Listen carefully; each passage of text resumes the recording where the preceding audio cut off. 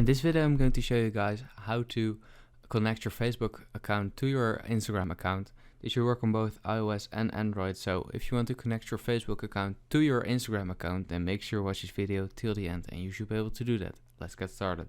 First of all, open your Instagram. Click on your profile at the bottom right corner. Click on the three stripes at the top right corner. Click on settings. And then click on account right here. And you see a lot of options right here. Then just click on linked accounts. Click on Facebook. And it says connect to Facebook. And just click on connect. Click on login. And then click on continue. And then click on this one right here. And you've connected your Facebook account.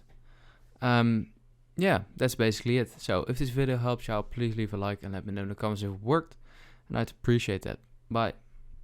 If this video helps you out, please consider subscribing so I can grow the largest how-to channel on YouTube. I'd appreciate it.